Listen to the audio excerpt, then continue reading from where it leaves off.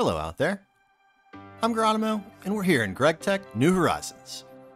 We're now more than 2,000 days in, and it's gone from fantastic to completely insane. We've done mining, advanced in the dark arts, mastered beekeeping, fumbled through chemistry, created glorious fuel production, found our way with material processing, piloted rockets, done a ton of building, and accomplished a whole lot of learning along the way.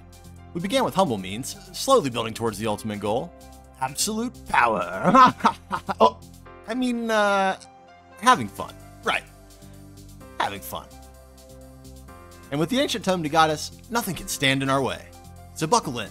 Here's the story of the corrupted world. Cut! End scene. Jerry, why are we calling it that? The very early days were spent here in our cobble palace, with all our stuff scattered in chests and everything we produce coming out of these crafting tables. If you aren't familiar with GT&H, in short, it's pretty hard. The systems are complicated, the mods are intertwined with each other, and there's always a surprise waiting. But man, you really feel the rewards. There's a lot to be familiar with by the end, but in the beginning, we picked up 10 basic rules that were a huge part of the successful start to the pack.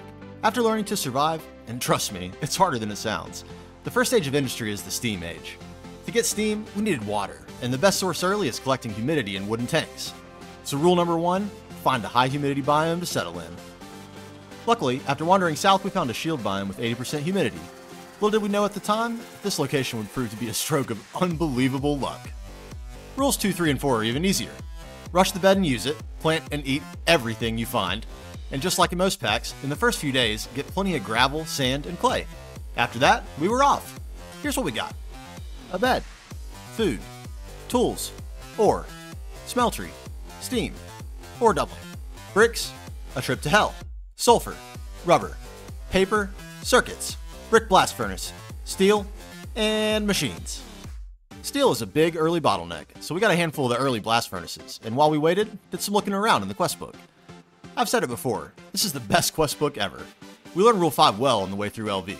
Read the quest book. If you're new to GT&H, the early parts of the quest book explain so many useful things, and as you advance, it doesn't patronize you by re-explaining, so read well early. We learned about all the machines, and every one gave a new way to save time or resources. New paths and new efficiencies were available all the time, with a little exploring. And here, Rule 6 emerged: be thorough. If you need one, you need a stack. If you need ingots, you need a whole vein's worth of ingots. To get those 4 brick blast furnaces, we needed calcite, so in the spirit of being thorough, we cleared out a lapis vein right below the base, and wandered into a stronghold. Remember I said we settled in a lucky spot? Strongholds are the only place Oblivion frames can be found, and there were 2 in this one. Plus the end portal is right under the base, which is pretty cool. In order to use them properly, we needed to learn Rule 7. Branch out. Another cool thing about the quest book is how it points out when new stuff is available. We needed a way to repair the Oblivion frames in order to use them to manipulate bee lifespan speeds forever, and Thaumcraft had just become available. That's not a comfort zone mod for me, but because of how intertwined all the mods and crafting recipes are, it's a super useful one. Bees also seemed like a hassle, but now they're absolutely central to my plan. Don't be afraid to try some stuff out. The mechanics may surprise you. To get a repair station for the frames, we needed a few more things: Twilight Portal, ore, shards, more steam, mica, oil, EBF, MV upgrade, fuel, polyethylene, Naga scales, wand, research, clothes, new wand, silicon solar grade, new coils, stainless steel, HV upgrade, new wand, infusion altar, thaumic restore. As you progress, the machines continue to get better, faster, and more useful. This MV electrolyzer setup got us a better path to aluminum and everything we needed for stainless steel, while also filling tanks with useful chemicals. There were also some big detours along the way, like into Witchery, another unfamiliar mod for me, which leads me to Rule 8. Embrace the early game. And when I say early game, I don't mean the part before you get diamond tools. GT&H is a very long experience. The earliest parts of the game are intended to be longer than normal. Many things will stay manual for quite some time. I don't know exactly when the early game is over, but for me, it felt like around the end of HV that something changed. But trust me, rush to that point and you'll be missing out. There's a lot to experience before that, and every investment you make will pay off later. And there's at least one major investment you need to be prepared to make before that: power. Around this time, you'll probably find that you're running short. We definitely were. So Rule 9, have a real plan for power. Use NEI and do the math yourself. Look on the GT&H wiki, whatever you prefer, but do not skip this step. It might be manual at first, see Rule 8, or forever if you aren't prepared. Dang, this nanosuit is sweet, huh? To solve our power problem, we plan to use bees. Turns out they are ridiculously good. The refined bee is perfect for providing for a cetane-boosted diesel line, which we needed to become spacefaring anyway. To get enough output from bees for anything serious, it was going to take a lot of honey and seed oil. While we waited, we also gathered a few more things. Bobo freezer, Canthol, item conduits, polyvinyl chloride, super tanks, machines, ore, clean room, better circuits, better bulls, real freezer, ore processing, division sigil, building blocks, nichrome, cetane boosted diesel, tier 1 rocket.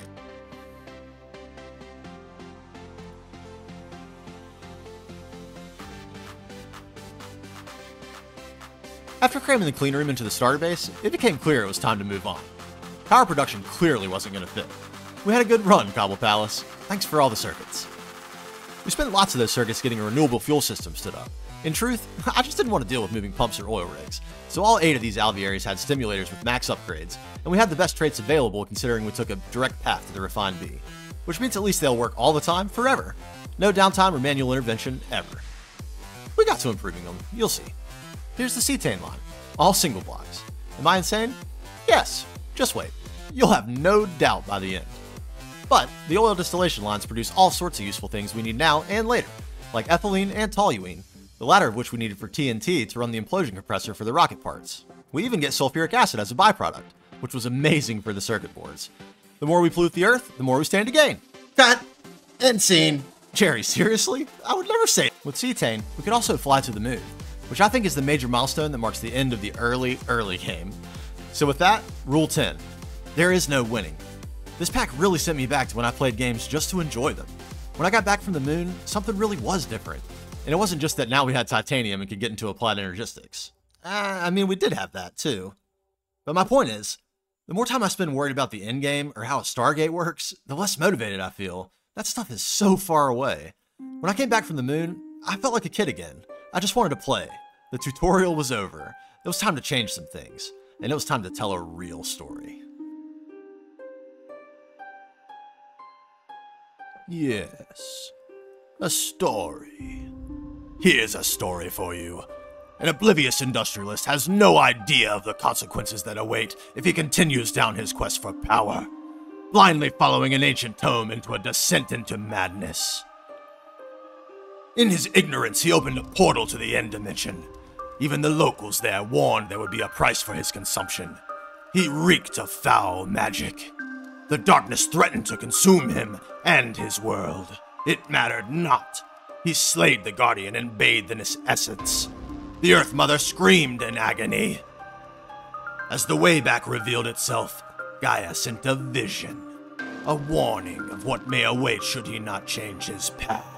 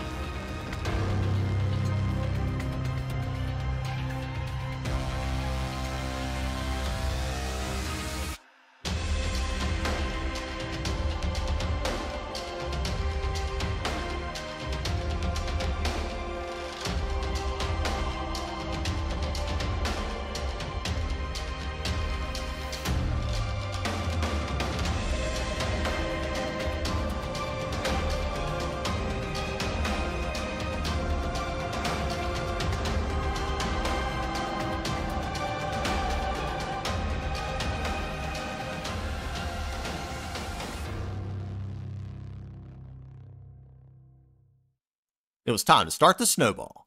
We were really just scratching the surface at this point. After hitting the EV tier, all sorts of things were open to us.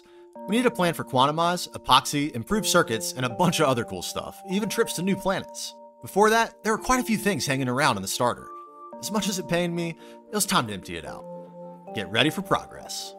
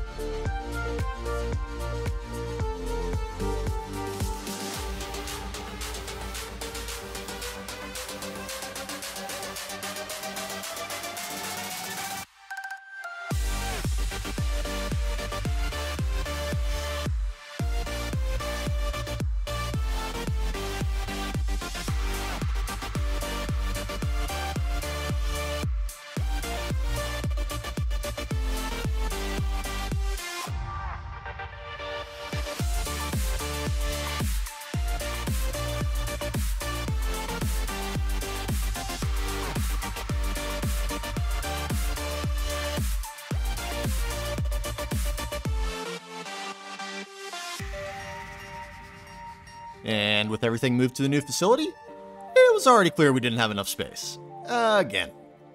We needed to return to the drawing board on the base concept. The first version of the base design was pretty vertical, but it felt too tight, especially after getting a feel for the scale. The second version was much bigger, but a bit too symmetrical.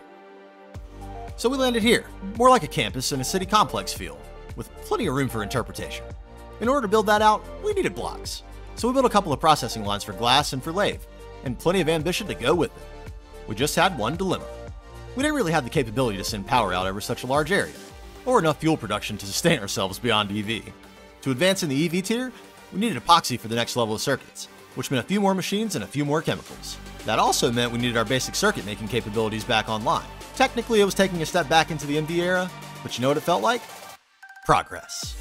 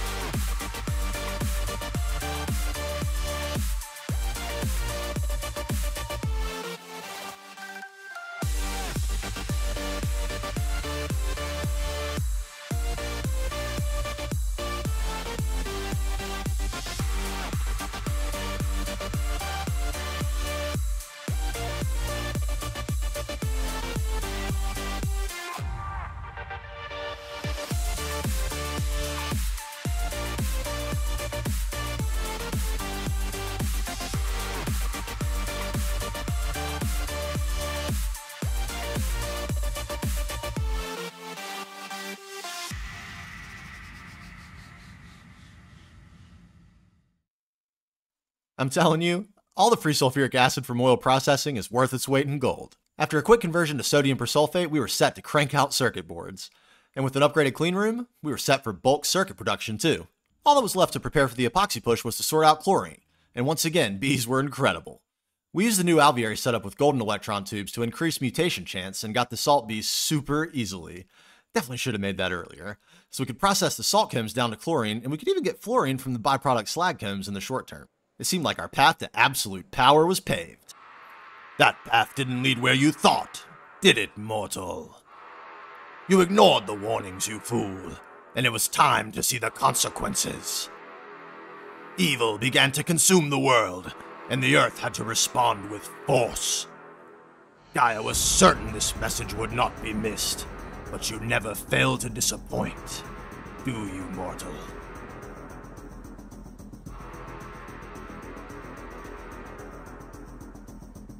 It was time for a statement.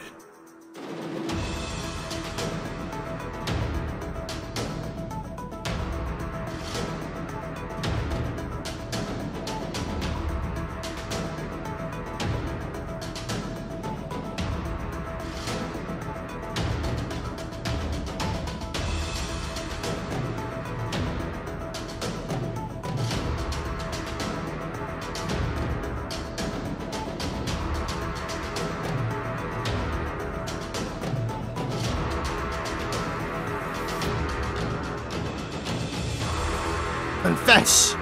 Confess how you responded.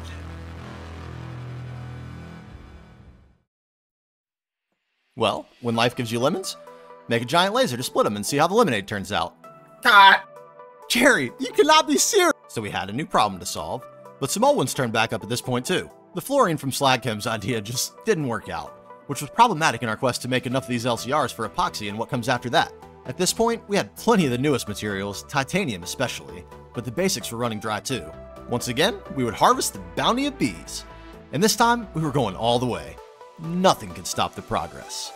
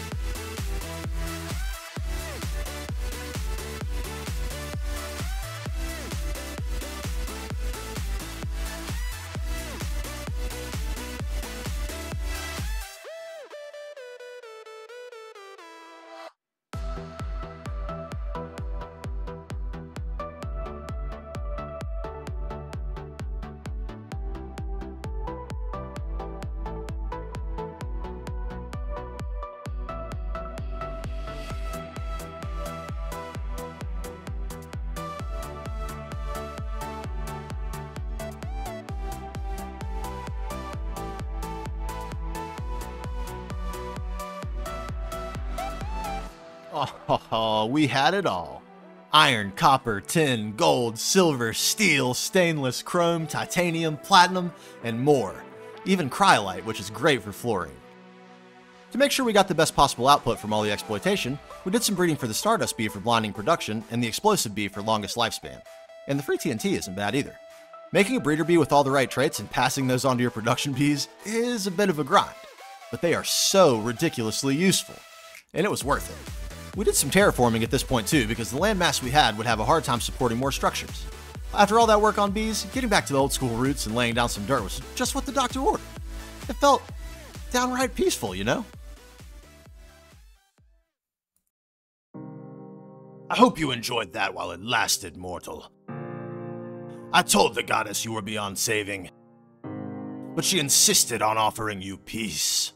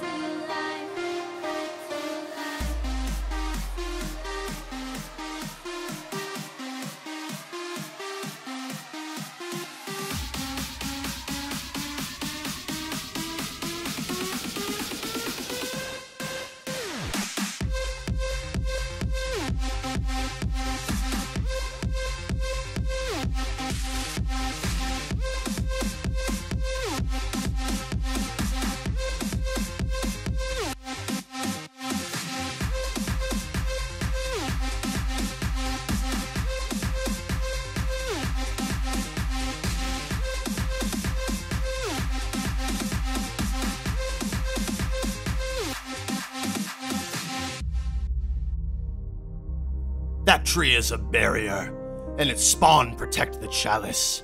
You should have known. If the chalice was to be overwhelmed, if more evil infects this realm before the forest can grow, you would not recognize the earth you saw. You fool.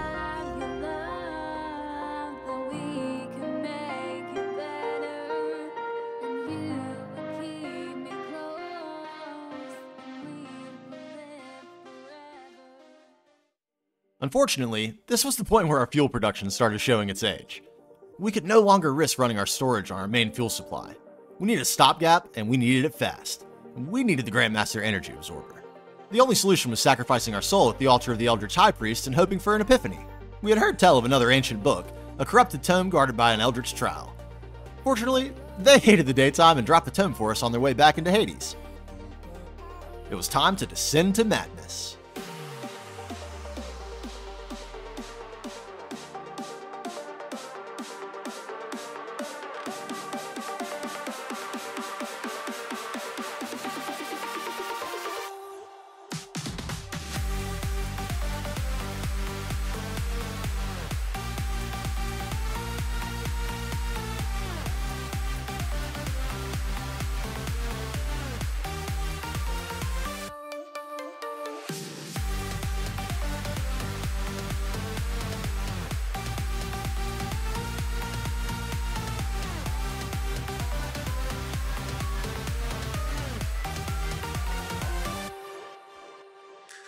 And now that we were sufficiently enlightened, the plan started to come together, but not without its troubles. The Eldritch Priest holds a grudge, I guess. The stars were aligning, and now we needed to put all that infrastructure to use and unlock the next tier of circuits with epoxy, and get through the rest of EV to tungsten and tungsten steel.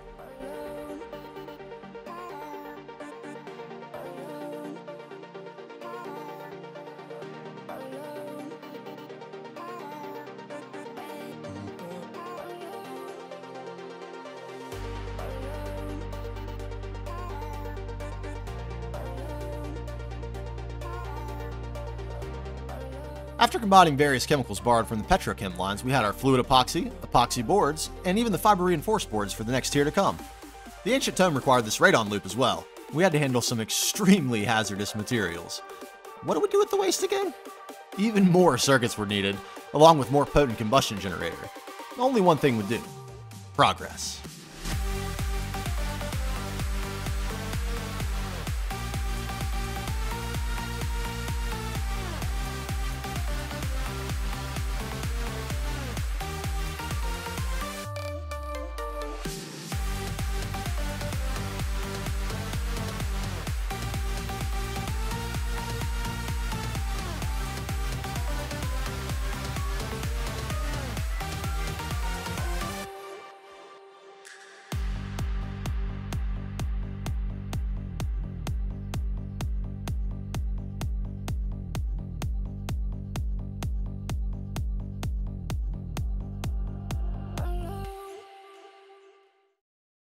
I honestly can't believe I thought this would be enough. But this is what we had to springboard us to more power, tungsten, cone processing, and auto-crafting with applied energistics.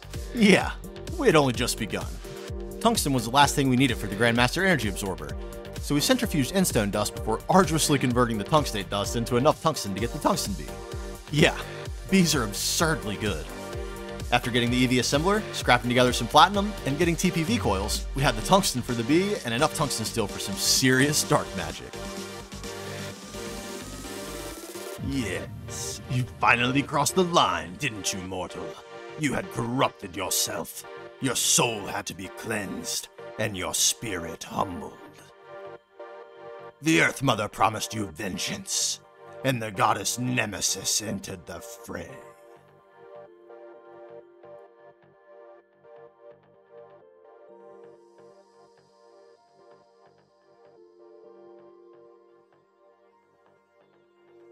Listen, I get it, Jerry, but I can't tell them my computer died. Tell them the Earth Mother did it. Do you realize how insane I sound? Oh, so I guess at this point it's undeniable that something is going on in the world. Like this building that just magically appeared. Or, the fact that my computer that hosts the game server suffered a catastrophic motherboard failure and was broken beyond repair. Those two things were, clearly related. Cut! Those two things were, clearly unrelated. I'm not sure about the root cause of the first, but as for this— Cut! What a strange coincidence that was. I really should have investigated, don't you think? Anyway, after some pretty unbelievable fortune shown upon us and a new computer kind of fell into my lap, we had a greenhouse and a couple of farms. One for wood to continue alveoli production, and one for glowstone so future nano CPUs would be a non-issue. And during the unexpected time off, I put together a new plan for fuel. It's linked below. This time for high-octane gasoline. And I figured as long as we had that new building, we might as well use it. This was a humongous project, so needless to say, it was time for progress.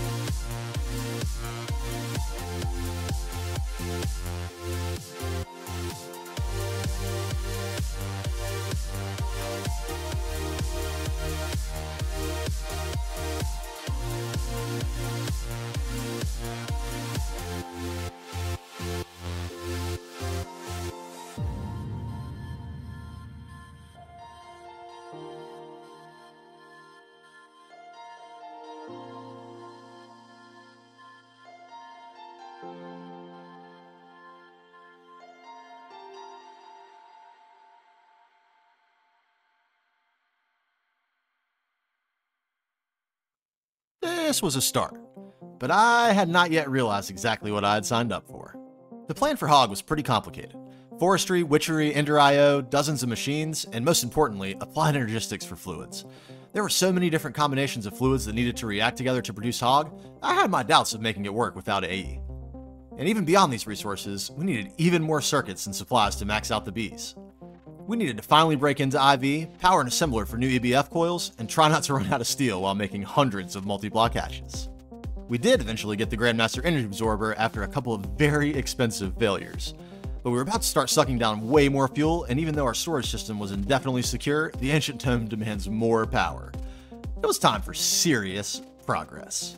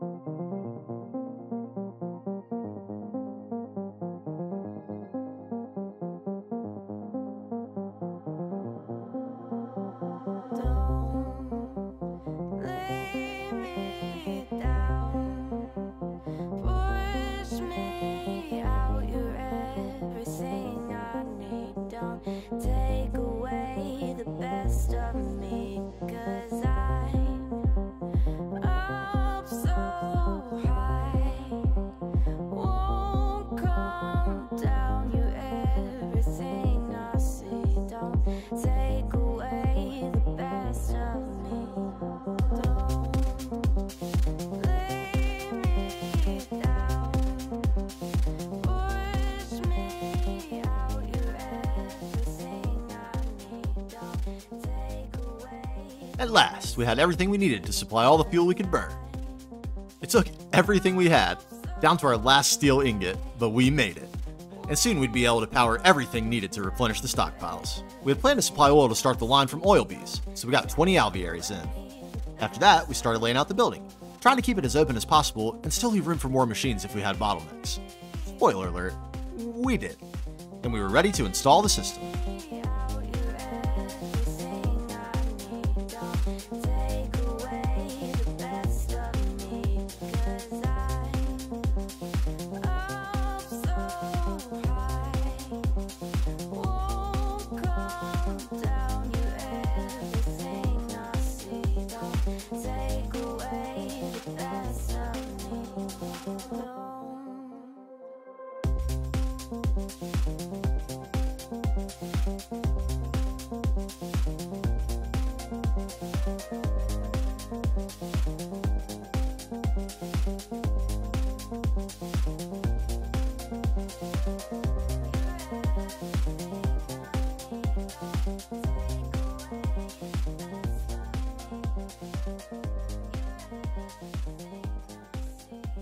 The only quirk of the oil drone is that it needed a normal damp biome to be happy, which is a must for the right cone. And more dark magic provided a way. More dark magic provided a way. Yes, and Nemesis provided a curse. The time for tricks is past. A blight was put upon your hive. If we could not convince you, we had to stop you. Nothing can stop us now. Time to plug this into AE and turn it on. Ah, sweet burnable glory. Now we could power the future, but we had nowhere to put any machines. That only meant one thing. It was time for progress. Run only as fast as I can, but my mind is free to sail across terror.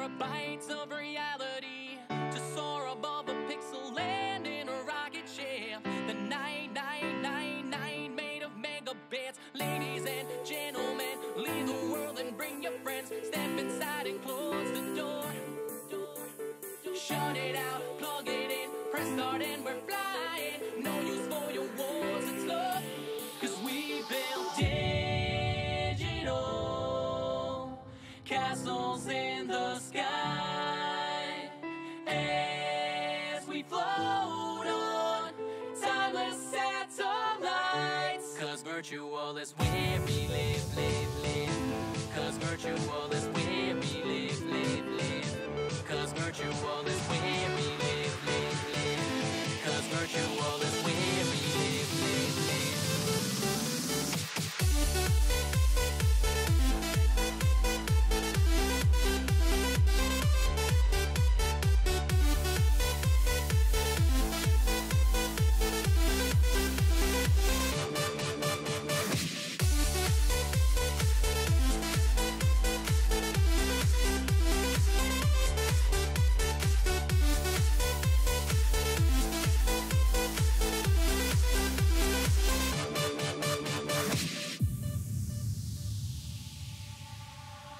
Run only as fast as I can, but my mind is free to celebrate universes in binary. Spend all day in the clouds and our definitions now. So high, high, high, high, we're not coming down. Ladies and gentlemen, leave the world and bring your friends. Step inside and close the door.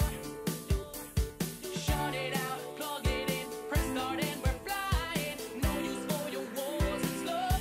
'Cause we build digital castles in the sky as we float on timeless satellites. 'Cause virtual is where we live, live, live. 'Cause virtual is where we live, live, live. 'Cause virtual is where we live, live, live. 'Cause virtual is where we live, live, live.